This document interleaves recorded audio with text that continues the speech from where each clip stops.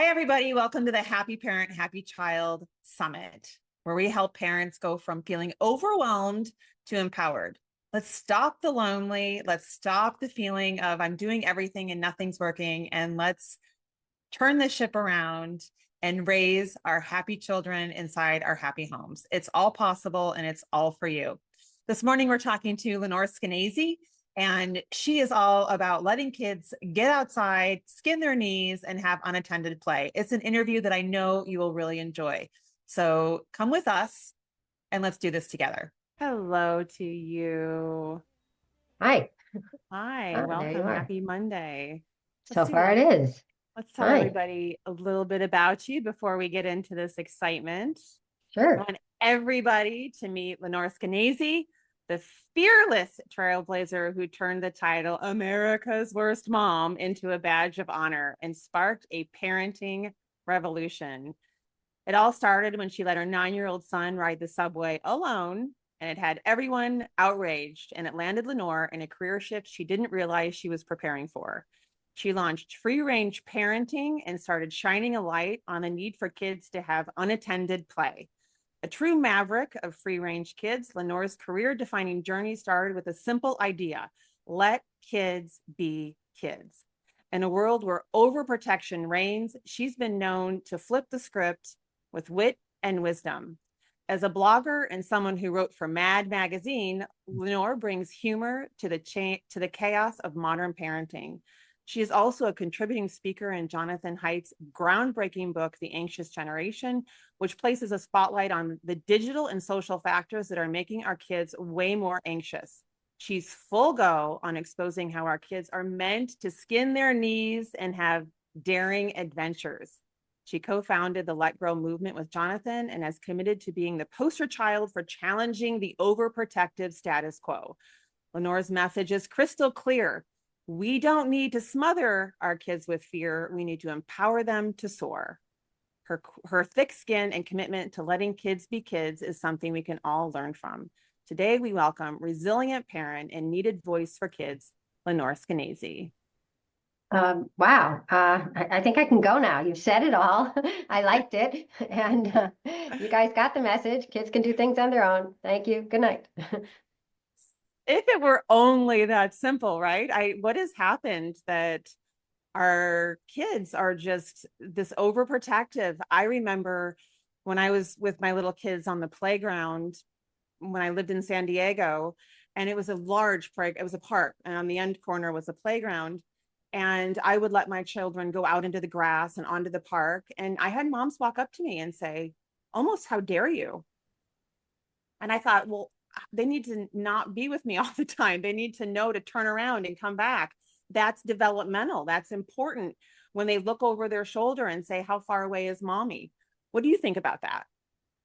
Yeah, I think that it's good for the kids and it's good for mommy Right. because eventually they go further and further and they can go around the corner. And if you've gotten used to trusting them with some independence and they've gotten used to knowing that you're there when they need them, but you don't have to be with them physically or even electronically all the time, that's the only thing that gives, I'd say, that gives parents peace of mind and gives kids confidence because they get to see both, I should say they, it's sort of both generations, get to see how much the kids can do on their own. And when we're always with them, we know that they're fine because we're with them.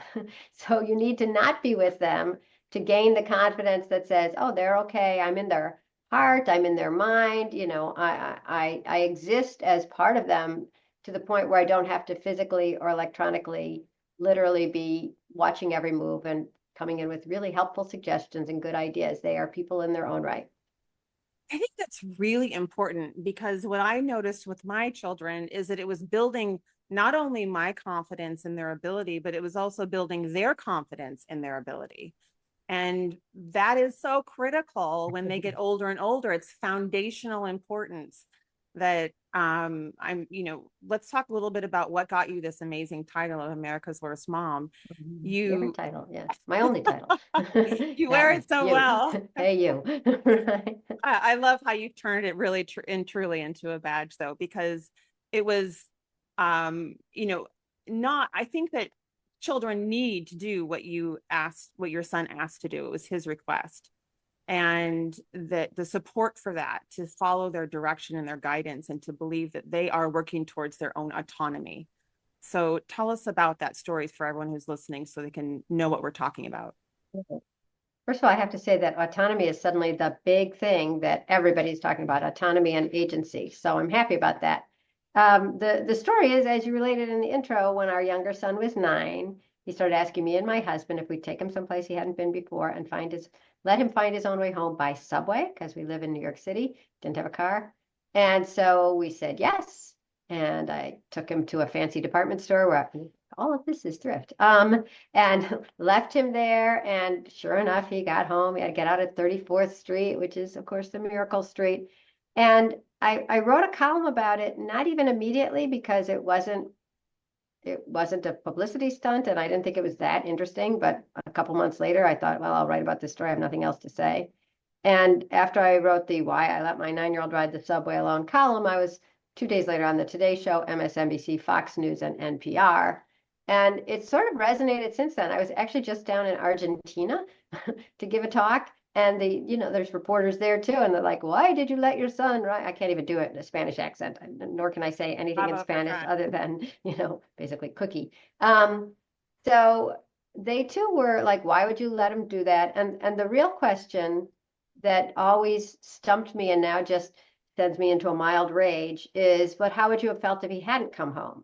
And the reason that gets my goat is that somehow we've become convinced that it is more righteous and moral to talk about bad things, even if they don't happen, even if they're hypotheticals, because you're always supposed to be thinking of the worst case scenario. Here's a kid, it happened, that 9-year-old is 27 now. It's been a while, right? He took the subway, everything was fine.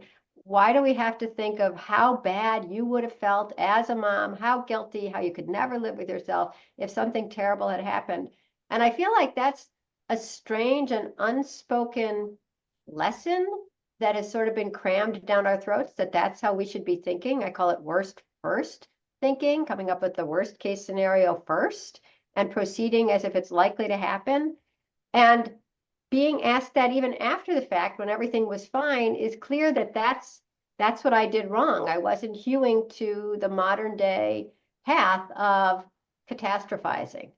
So that's what's interested me ever since. It's like, how come we're not allowed to be grateful that we're living in, the safest times in human history to be a kid? Nothing is ever perfect. There's never a time when there's no crime and no pollution and no war and no famine somewhere, but the safest times in human history.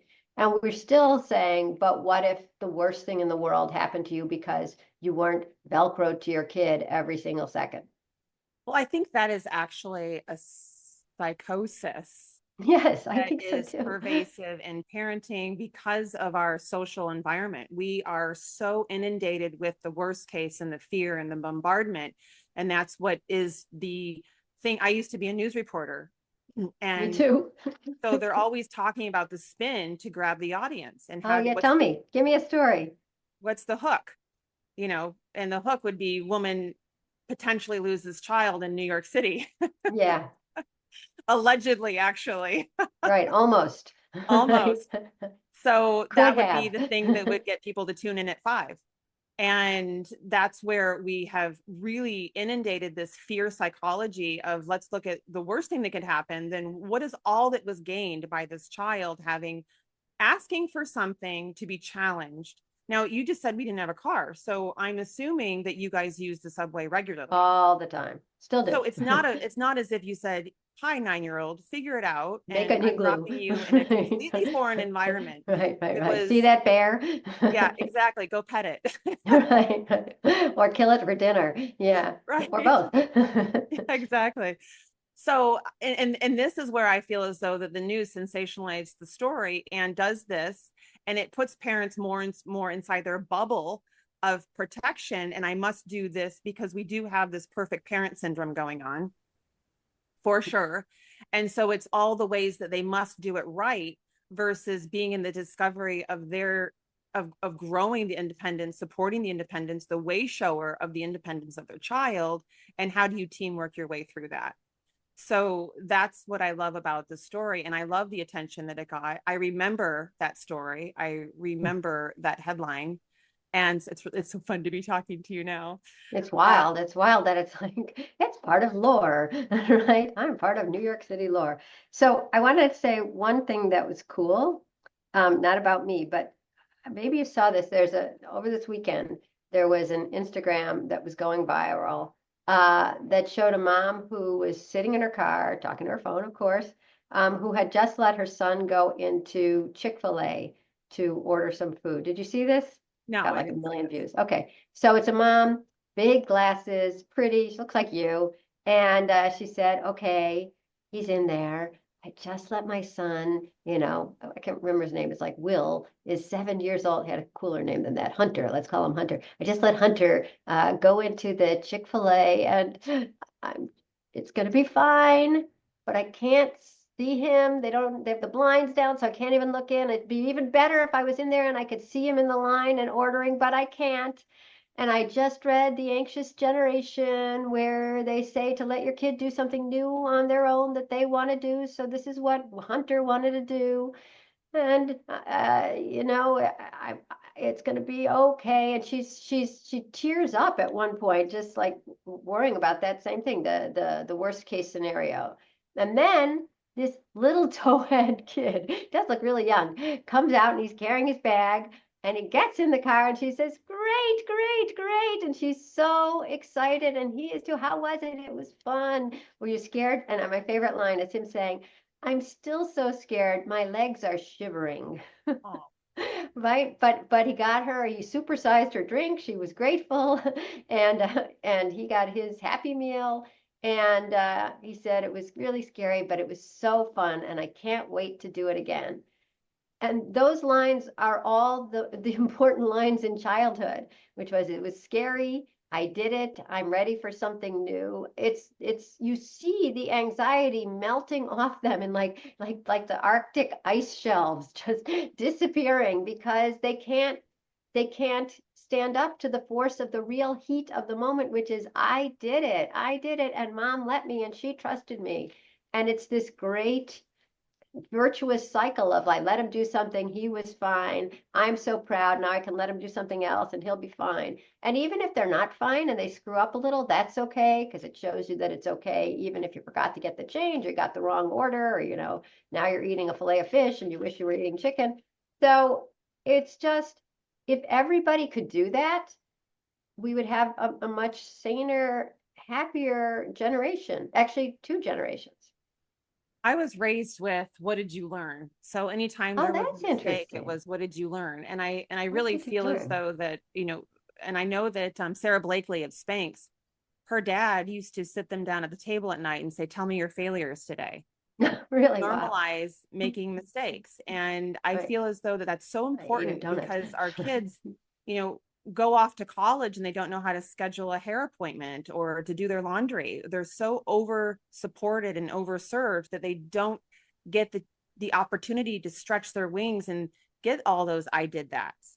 And all those I did that's are creating their own self identity.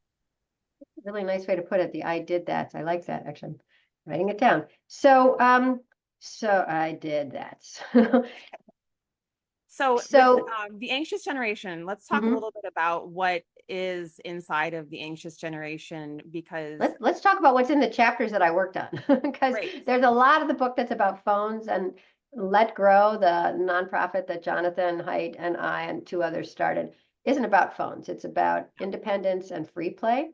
So after you read Phones Bad, Phones Bad, Phones Bad, Phones Bad, you get to a couple of chapters of like, well, what can we do instead of phones? And what did we take away even before phones came on the scene? There's a study by another Let Grow co-founder, Peter Gray, who's wonderful, and I love his book, Free to Learn, that found that over the generations, as kids' independence and free play were going down, and this is not just since phones and not just since COVID, it's since the 50s, their anxiety and depression have been going up.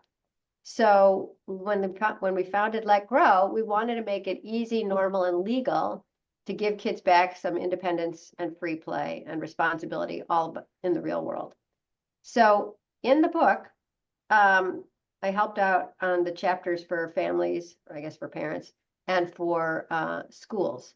And there's an overlap that I will tell you about, which is that when when you want to let your kid do something on your own, whether it's dramatic, like letting your kid ride the subway, or letting your kid go into Chick-fil-A on their own for 5 minutes while you wait outside in the SUV, it helps if you don't feel like you're the only person doing this, or that you're crazy, or or you catastrophize because everybody else is not letting them do that, and I did that, and I'm gonna pay the price. I will never be able to live with myself.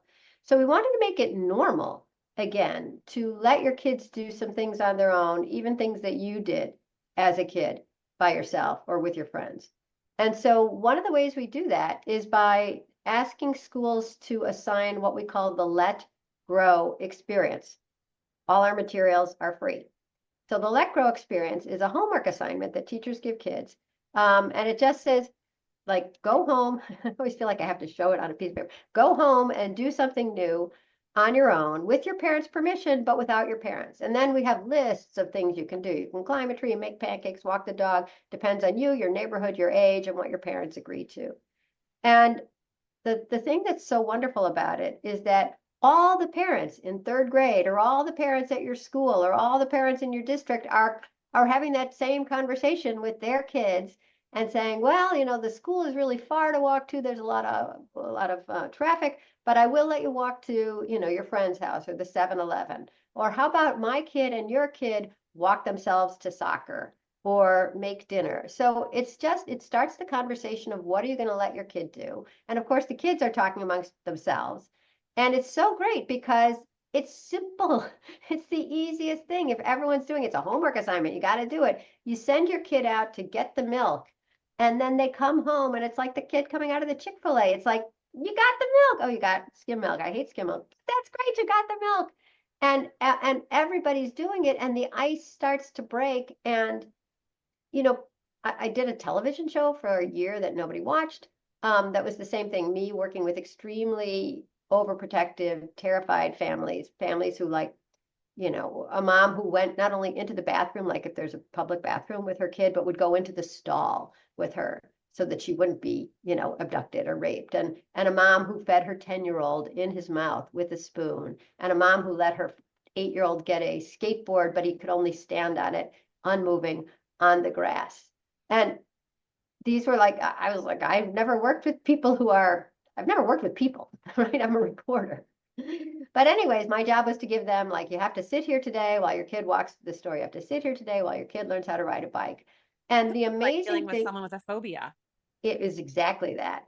Except that I never, I took psychology 101 at college, and that was a million years ago. But the point is that I didn't know it would work, but somehow the producers knew that this would work. And it did. It's like sending your kid to do something on their own, and then they come back, was so transformational that even these parents who were, I would say, off the charts in terms of overprotection ended up going like, look at my kid, the one who wouldn't let her kid ride a bike. He learned how to ride a bike, and she came in and she was dancing around with her mom, the grandma, Sandy can ride a bike. And they were so happy. And I'm like, you were the one who wouldn't let him ride a bike. And so that's when I realized that this fear that seems to be so thick is really, really thin. And it's easy to break through it, just like a shoot goes through the ground and comes up, because your kid is blossoming, and it's so beautiful to see. You don't ever say, like, I'm going to squash that down. You don't ever say when your kid starts walking, that's cute, go back to crawling. You're just proud. It's a new stage. You feel proud because you got your kid to that stage. And it's beautiful to see. It was beautiful to see that, the million-view video yesterday, because everybody could relate. The pride and the fear and the joy were all mashed up. And so the Let Grow experience is a simple way to bring that to a ton of kids at once. A school does it, and you have 300 kids and 600 parents released from their fear and on the path to more self-confidence. And I would say even like more engagement and curiosity and intelligence, because all those happen together when you're doing something instead of having something done for you. It's like the difference between being a passenger and being the driver. The driver pays attention, and the passenger, which is usually me since I barely drive, is like this and don't know where they are and don't pay attention, and it doesn't matter. And I don't learn anything in the passenger seat. You learn when you're in the driver's seat. It's so true. I think that's, a statement to what we see happening in parenting, which is this they need me. My identity is in my child, and my child, as long as my child needs me, then I have worth.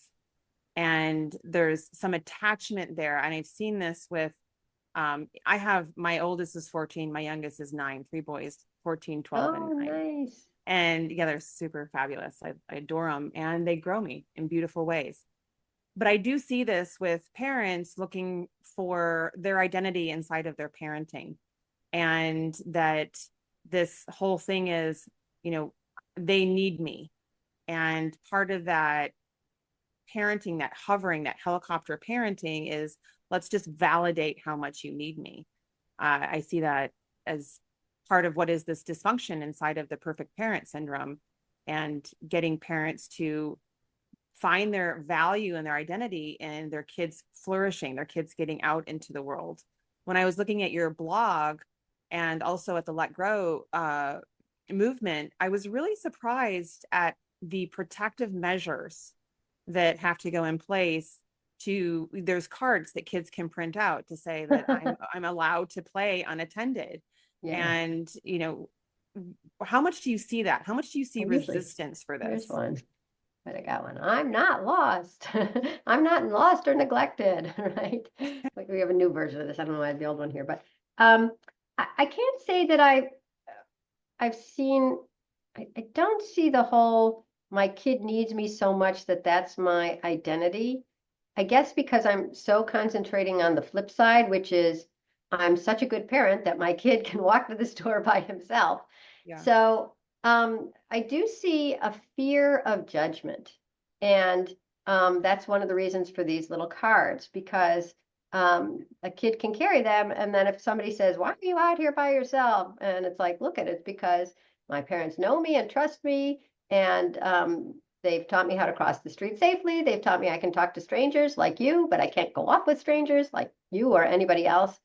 And so I'm trying to shift the culture so that parents don't have to worry about anybody thinking that they're a bad parent simply because they're not constantly with their kid and assisting their kid. But I think there's a couple of um, things that we've been brainwashed into believing as parents. And this is why I don't blame the parents, because I feel like it's this culture that's been barreling down on us, trying to make us think that anytime we're not with our kids, they're going to be kidnapped, right? Or they're going to have so few teachable moments that they're not going to get into Princeton because we're not there, pumping them with 3 million words and explaining photosynthesis and how you spell photosynthesis, and pH is sometimes sounds like an F. So what I try to explain is that, first of all, your kids aren't going to be kidnapped. Do you know this statistic? If you wanted your child to be kidnapped, how long would you have to keep them outside for this to be statistically likely to happen? Do you know how long? No. Take a guess. How long would they have to be just standing outside without you, let's say at the bus stop in America? In America, on any street, Well, on the average street, I on the guess. average street, I would say for 5 days, Think higher. 10 days. No, open your mind. A month, Thought two you were going to months. say a million, and I was going to say it's almost that. It's 750,000 years. It, What? yeah, I know. It's an extraordinarily rare event. I mean, we have a country of 330 million people. You can think of the ones who've been kidnapped, right? It was Well, they like, say, I mean, for Aton and stranger Adam. danger and preparing kids with stranger danger, they say that, they look for kids that are not being tended to, or parents that are fighting, and that there's conflict in the home. And so a child's absence won't be You noticed. think the strangers are checking the attendance list Well, of I would all think the that a local child sitting on schools? a corner for, outside for, would get the attention of, Well, you know um, what? You're right in a sense that it is the kids who are already in extremely unfortunate situations are worse off in every sense, including the fact that they might want to run away. And so the vast majority of, first of all, when they say like 800,000 kids go missing, you're listed as missing if you've been missing for more than an hour. and your parents call the cops. So that could be they went home, to a friend's house and they didn't call, or they stayed late for soccer and they didn't tell you. They're in the backyard and you keep looking in the front yard. I mean, it's just not it. So the point is that of the about 105 kids who are kidnapped every year by strangers out of a country where there's about 70 million children under 10, they're 30% of them aren't even noticed that they're missing. I mean, that's how dysfunctional their family is, right? Right. And 90 something percent come home safe and sound. So it's just it's the best plot point for a Law and Order episode. It's the most exciting plot point for a movie. The security expert Bruce Schneier, I don't know, he's a cool guy. Anyways, he came up with something called the movie plot threat, which is the more something resembles a movie plot, the less likely it is to happen in real life. And so in our minds, we just imagine a kid at the bus stop snatched, and that is not happening. It's just not happening. And the kids who do get taken are usually in a custodial dispute between the husband and the wife, and somebody takes them. Those were the kids on the milk cartons. The vast majority were runaways or taken in a custodial dispute between a husband and a wife. So we are just pointing ourselves in the wrong direction when we worry about stranger danger, right? Just tell your kids they can talk to people, they can't go off with people. And then you teach them the 3 R's. Do you know the 3 R's? I mean, not reading, writing, arithmetic, which is, by the way, that's arithmetic. So it's like 2 R's and an A. But the 3 R's are teach your kids, and you can start very young. Teach them to recognize nobody can touch you where your bathing suit covers, right? And then resist. If somebody's bothering you, resist. Run, kick, scream. You don't have to be nice. And report. If somebody does something to you and it feels icky or weird, or they tell you not to tell, and nothing bad will happen. I won't be mad at you. Nothing bad will happen to you or anyone. You just leave those lines of communication open between you and your kid, and you've taken away the molester's greatest asset, which is secrecy. So recognize, resist, and report are going to keep your kid a lot safer than never letting them stand by themselves at the bus stop, because they would have to stand there for 750,000 years before they'd be likely to be kidnapped. Yeah. Let's talk about that fear that's in the not being judged, because and I really am with you, and let's focus on the positive, let's focus on the possibility versus the negative. And yet the reporter in me feels that there are parents that there are people, not necessarily parents, there are people that will use statements to create fear, or that will call child protective services on someone if they see their child out. I know you've written about this. I know that I was walking my child in the parking lot to the entry to the school, and there's a green, and then there's a car space, and there are people managing the cars and everything. And I took my child to the end of the green lawn with the opportunity for someone to go like this for him to walk across the roundabout. And the teacher of the middle school came up to me and said, if you do that again, we'll call Child Protective Services on you. And I looked at her with the most like, so evil. What? First of all, you know me as a human. Second of all, we're on school property. I'm just not walking him across the street. I was just blown away by the whole thing, that she would even throw that out there. If you do that again, we'll call Child Protective Services on you. I don't even understand. He crossed the crosswalk with somebody across the street who was like directing the traffic, or directing the traffic guard. But it was just so ludicrous. But that's where we are. We have these ludicrous statements where people are using Child Protective Services as their armor to prevent knowing how to have a decent conversation with another human. I'm going to go hammer you with the bad guys because I don't know how to communicate. I don't know how to ask questions. I don't know how to be in this conversation in a healthy way. Not only that, it's I don't know how to see reality.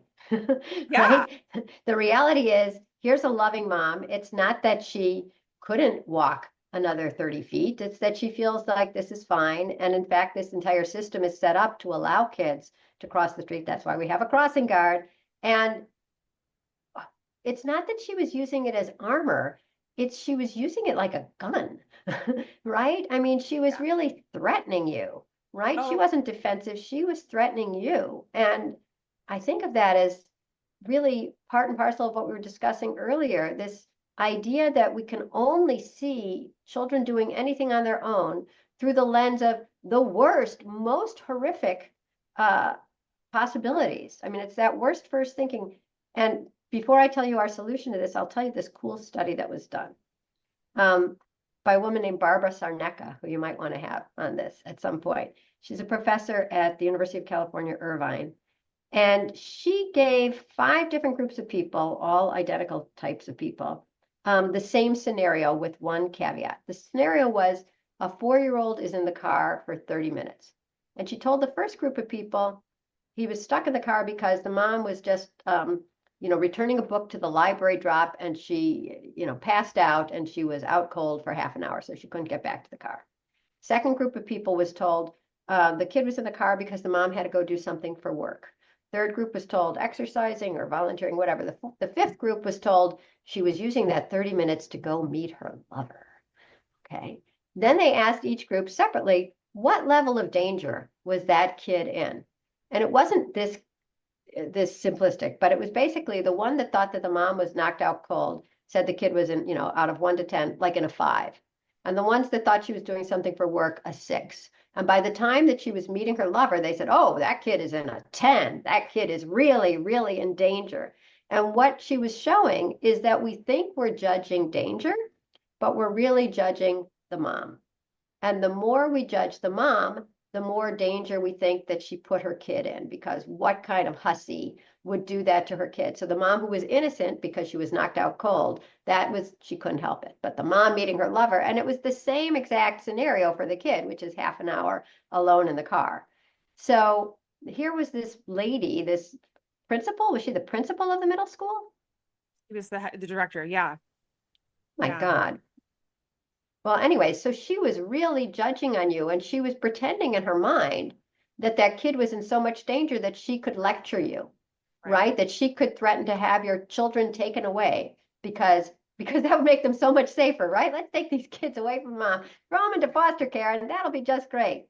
So, one of the things Let Grow has focused on is changing the neglect laws, because in most states, neglect is defined very amorphously as like not as parent must provide proper care and supervision. Well, what's that? I think standing on one side of the street and letting your kid cross with a crossing guard is fine, and somebody else might not. And so our reasonable childhood independence law says that neglect is only when you put your child in obvious and serious and likely danger, not anytime you take your eyes off them, not anytime you let them do something on their own. And that helps moms like you who trust their kids to do some things on their own. And it helps moms in poverty who are working 2 shifts and can't be home when their 8-year-old comes home from 4 to 6, right? They can't afford a babysitter and they can't afford the aftercare, but they trust their kid. And so far, this has passed with bipartisan support in 8 states. And actually tomorrow, I'm hopeful that it will pass in number 9 in Georgia, where the mom was arrested for letting her kid walk to the store. So this is one of the things that Let Grow is trying to do, to just make it easy, normal, and legal to give your kids back some independence. It's amazing to me. That's a really fascinating study that you're sharing, because there is this, back to this perfect parent syndrome and this need to do everything right. And in a lot of ways, our pressure to do everything right inside of an undefined world of what right is putting a lot of parents, I feel, into a category of uh, some form of emotional paralysis. Let me just do what the norm does. Let me just sit with the status quo. And that's what I love about your journey, is that you're sitting there when you're, you know, way to go, that you realize people are really reading your blog and it's getting a lot of traction and you've got an audience. So that's a positive. Yeah, And then no, today I you're on, think that the tide is slightly turning. Yeah. yeah, so that's really exciting. And that, but it was all this finger pointing at you and this, really aggressive name calling about what you had done. And I feel as though a lot of parents have so much on their plate. They're balancing their relationship health, taking care of children, 1, 2 jobs. There is so much on the modern day family, so much. And the path of least resistance is just to do what everybody else is doing, which is really the impetus for this whole summit, this whole conversation, is to really turn the mirror and, well, put the parents back in the steering wheel and say, you have the choice. You have the choice to empower your children. You have the choice to be a part of their upbringing, and screens are a part of that. But you also have the choice to create the family that you know is possible, the connections you know is possible.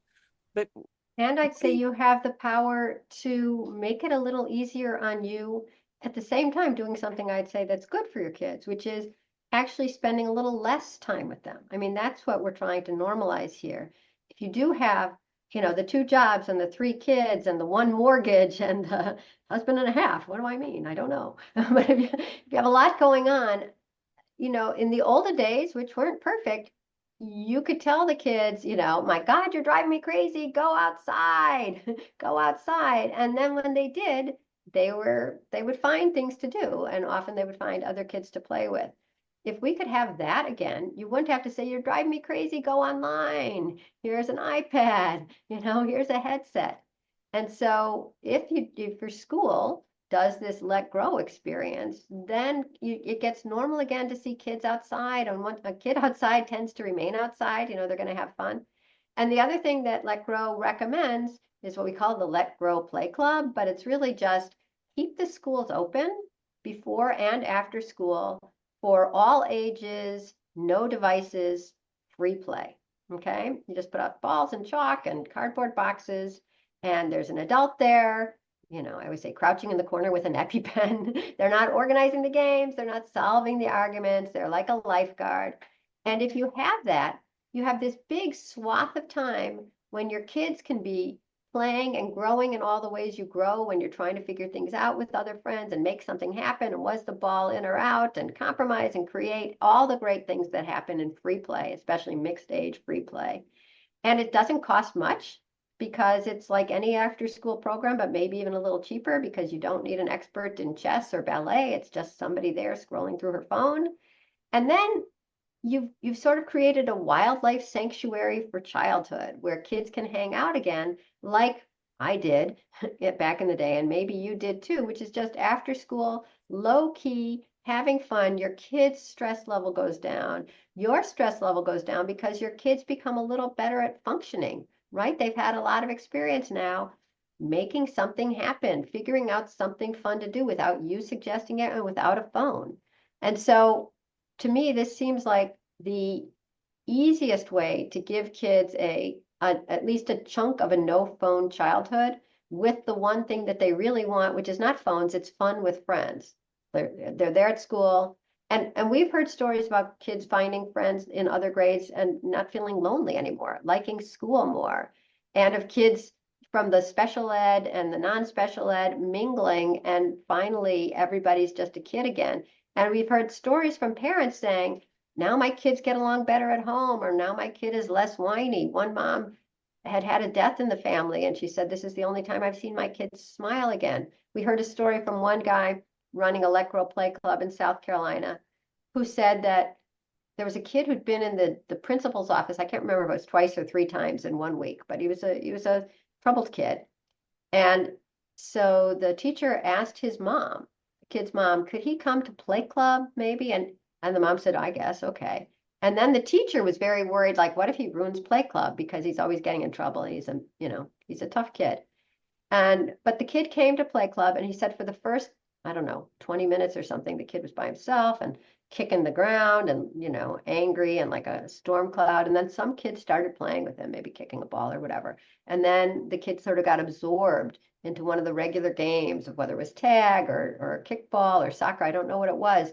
But then he went into school and he was smiling. And one of the teachers who was watching Play Club said she was crying because she'd never seen him smile before. And after that, he was way better at school. And for the rest of the year, which I don't think was that long, there were no more office referrals. And so then the teacher who had started the Play Club started plotting the the changes that happened in the school since he started Play Club. It's been going for 6 years now. And the office referrals have gone down, and the bus incidents have gone down, and the bullying has gone down. And so it reminds me of like, well, if you have starving people, they're in bad moods. And if you feed them, then they're a little more relaxed. And kids are starved for just free time, goof around time with their friends. And when they get it, they're better. So for all of us parents who are overworked and overwhelmed, if you let your kids do things in the real world because everybody else is doing it, you get a little break that way. And if you know that your kids can spend a couple hours after school and you don't have to take them to soccer and you don't have to spend $1 million for Kumon, just a couple hours after school where they get to make friends and play, those are big mood lifters for both generations. And it's shocking to me how hard it is to get schools to do this and to get parents to recognize, oh, my kid is learning when they're doing anything on their own, and my kid is learning even though they're just playing. But once it happens, then the feedback loop is instant. I think that even more than, the kids' parents having a resistance towards play, there is the development that happens in the play. I was talking to Dr. Andrew Doan, and we were talking about screen addictions, and he wrote a book on it. And he was saying that what we're seeing now is that kids are getting the dopamine, they're getting the endorphin rush from playing games on computers. And they're having this macho moment, and they're the big tough guy. And it is giving the brain the hits, the neurological hits to say, I'm a tough guy, I'm a tough guy. But they're not having the actual experience of what that is. So there's a separation, and that we are doing our children a disservice because they're thinking they're prepared, but they're not in the, as you're saying, the doing. And it's like reading a book and calling yourself a doctor. I read a medical manual, therefore I'm a doctor. And no, it's in the practice. It's in all of those hours that you validate your doctor title, and that your ability to go, cut someone open and take an organ out, right? You have to really have the experience of life to educate and inform you for decision making and discernment and understanding what your passion is and what you're going to do after you leave Cut the him house. open. Yeah. So but it's interesting to me because it's fascinating that this is such a big conversation, because kids really need to have the experience of life. When I was growing up, they always said that travel is the best experience of life because you were going and seeing new things. And we've so insulated our world that it seems as though that it's not travel, it's just get outside. But outside, the interesting thing about travel is that you do see new things, but it's always confusing. It's like, wait a minute, how many pesos to the dollar? And did I just pay 10 times more than I was supposed to pay? And am I the idiot? And where's my hotel? And how come I can't get this thing to work? And the shower is going in the wrong direction. I mean, really, what travel is just having to figure things out, one thing after the next, after the next. And so is play.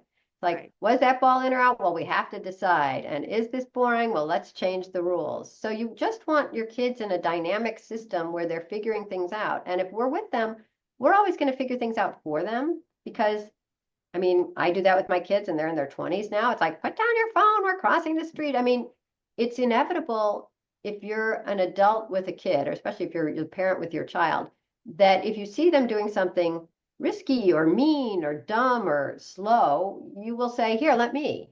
I mean, it's just human nature. So the only solution is to not always be with them. Because if you're always with them, you will always intervene. And with phones, there's a way to always be with them, even when you're not with them, so that they can. I was just talking to this.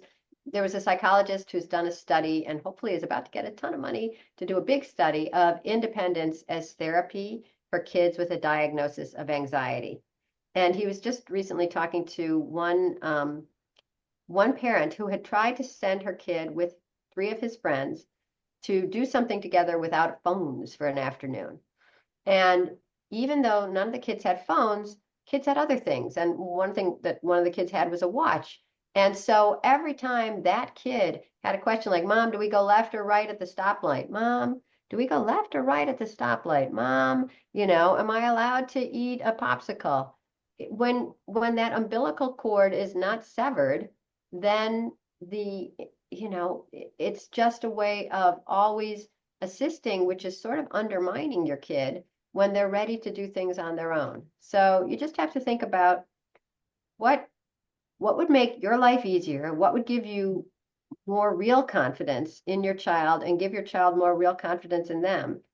And it turns out to be not electronics, not tracking them. The real confidence booster, and everybody has known this since the beginning of time, is faith. Okay. And I'm talking about faith in your kid. If you can believe that your kid is kind of resilient, kind of smart, kind of can handle things, and you let them prove it to you, and you get to see it and they get to see it, that's the only thing that gives you confidence, because having a phone is supposed to provide peace of mind, and it provides the opposite, because it just means that you're always ever ready to jump in and your kid is ever ready to stand back and let you help them. Well, I also think it builds a pattern of being reactive for children because they're being entertained, they're being entertained, they're being entertained. And my kids will say, "Mom, where's this? Mom, have you seen? Mom?" And I just say, "I know where it is, but it's your opportunity to find it." That's I nice. don't tell them where it is because then they're going to come to me again and say, "Where's the pot? Where's the knife? Where's Mm-hmm. the?" Because they have to cook meals and be in the kitchen and do their laundry, and you know I'll walk my child through the exercise. Just open your eyes and look around. Where would it be? Because they have to build that tool of being self-sufficient. I was shocked when I, see kids that are going off to college and parents are buying apartments where they're going to college so they can do their laundry twice a week. I mean, come on. How are we supporting our children by, Who having has them? the money for an apartment? Wow. Yeah, Like, it's just, but it's happening. And it's just these parents that are so ingrained in their children's lives in this codependency versus independence. So I love what you're doing. I think it's really important for our children. I really support the conversation of uh, changing the dialogue, because moms need to know that we're not here to do everything right. We're here to be in discovery, and we're here to support our children in their growth.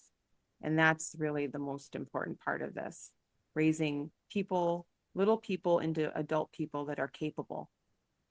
Not, the other side of that, and the contrast of the criticism, is that we want our children to be safe and inside, but it's not okay for a child to be 25 years old living in mom's basement, living in their parents' basement.